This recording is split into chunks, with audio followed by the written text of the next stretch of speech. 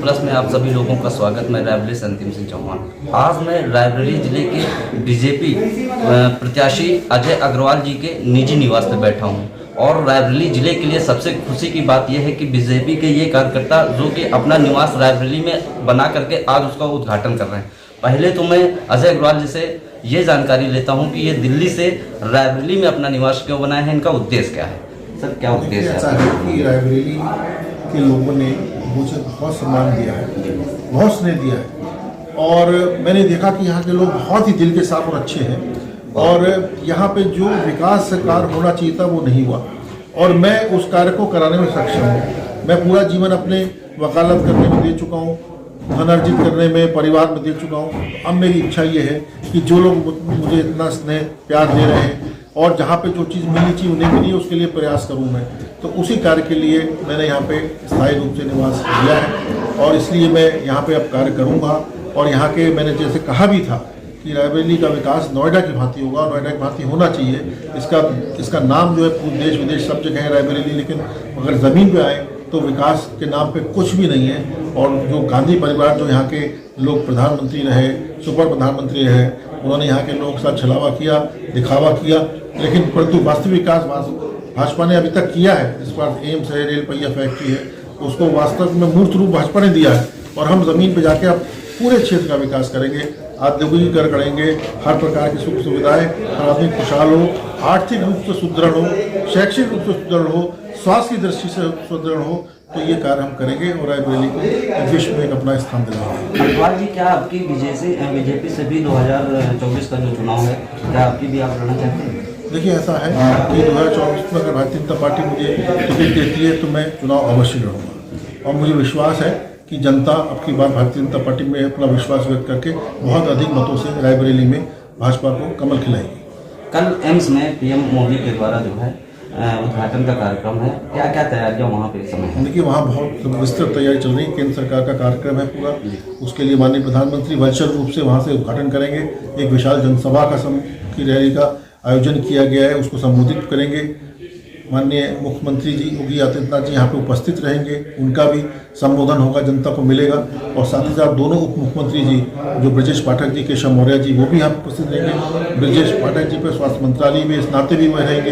केंद्रीय मंत्री हमारे अमेठी सांसद स्मृति ईरानी जी भी यहाँ पे रहेंगी, वो भी संबोधित करेंगी, जनता के बीच में रहेंगी। और केंद्र सरकार की ओर से जो स्वास्थ्य राज्य मंत्री हैं SP सिंह बघेल साहब, वह भी इस कार्यक्रम के लिए विशेष रूप से प्रधानमंत्री जी ने भेजा है, वो भी यहाँ की जनता को संबोधित करेंगे। और विशेष रूप से उनको कहा गया है कि एम्स रायबरेली का विशेष रूप से ध्यान रखें, कोई भी कमी हो उसको दूर कराएं, तो वह भी उपस्थित रहेंगे। रायबरेली जिले की जनता के लिए कुछ संदेश देना चाहते हो?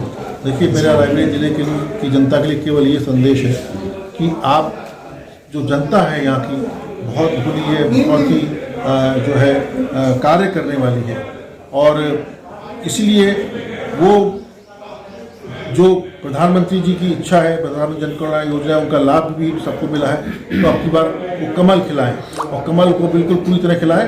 पूरी जनता इस प्रकार से एक ऐतिहासिक जीत भारतीय जनता पार्टी की रायबरेली में होनी चाहिए, जो कि पूरा देश देखे कि हाँ, रायबरेली ने किस प्रकार से भाजपा के रूप के पक्ष में विश्वास व्यक्त किया है। बिल्कुल, आप देख रहे हैं कि अग्रवाल जी का कहना है कि रायबरेली जिले में अब की फिर से कमल खिलेगा। स्टार न्यूज़ प्लस से अंतिम सिंह चौहान, रायबरेली।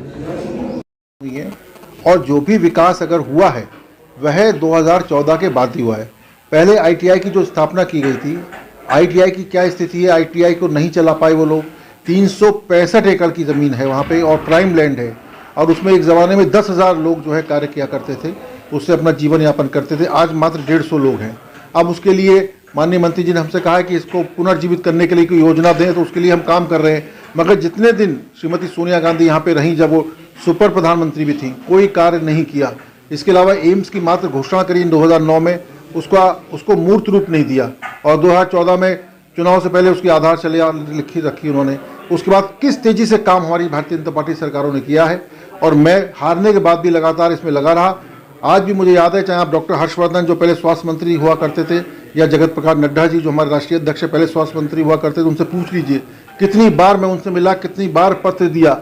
बल्कि मैं कहीं रास्ते में कहीं वो दिख जाते किसी कार्यक्रम में तो कहते थे देखो अजय अग्रवाल आ रहा है, देखो अभी बात करेगा एम्स के बारे में। और उसी के चलते उन्होंने इतना एम्स में 1500 करोड़ रुपए लगा के आज कितने बढ़िया एम्स, एक राष्ट्रीय स्तर का एक संस्थान खड़ा हुआ है जहाँ पे रोगियों की सेवाएं की जा रही हैं। तो इस प्रकार का ये मूर्त रूप भाजपा ने दिया। इसी प्रकार से पहिया फैक्ट्री जो थी, रेल पहिया फैक्ट्री की मात्र घोषणा करी उन्होंने, और रेल पहिया फैक्ट्री को जो मूर्त रूप है वो भारतीय जनता पार्टी ने दिया। 2200 करोड़ की रुपए लगा के उसमें एक पहियों का जो उत्पादन हो रहा है, 1 लाख पहिए हर साल बन रहे हैं।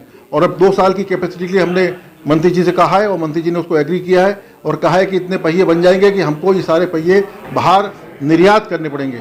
और की अगर आपने बात किया है तो सोनिया गांधी ने 2009 में इसको दिया था, 900 करोड़ रुपए दिए थे, और कल प्रधानमंत्री वर्चुअली इसका उद्घाटन लोकार्पण करने जा रहे हैं।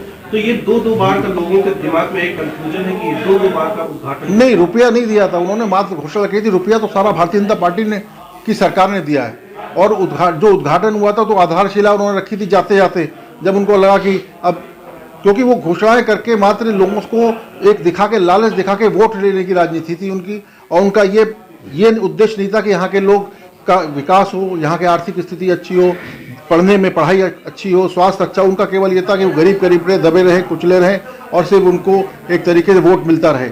मगर भारतीय जनता पार्टी की ये सोच नहीं है। वो सबका साथ सबका विकास का साथ लेके चलते हैं और उन्होंने जिस प्रकार से विकास किया है रायबरेली का, और मेरा भी अब ये मानना है, मैं इसीलिए यहाँ पे आया हूँ कि मैं अब स्थायी रूप से रहूँगा रायबरेली में। मैं दिल्ली कभी कभी जब जाऊँगा, जब मंत्री लोग मेरे को समय देंगे, यहाँ के विकास की बात करने के लिए जाऊँगा। इसी प्रकार से लखनऊ तभी जाऊँगा जब लोगों से मिलना होगा, और यहीं रुक के मैं यहाँ के विकास करूँगा और यहाँ नोएडा की तरह इस रायबरेली क्षेत्र को, रायबरेली जिले को विकसित करूँगा। और आगे आने वाले समय में रायबरेली देश का एक बहुत ही विकसित जिला होगा।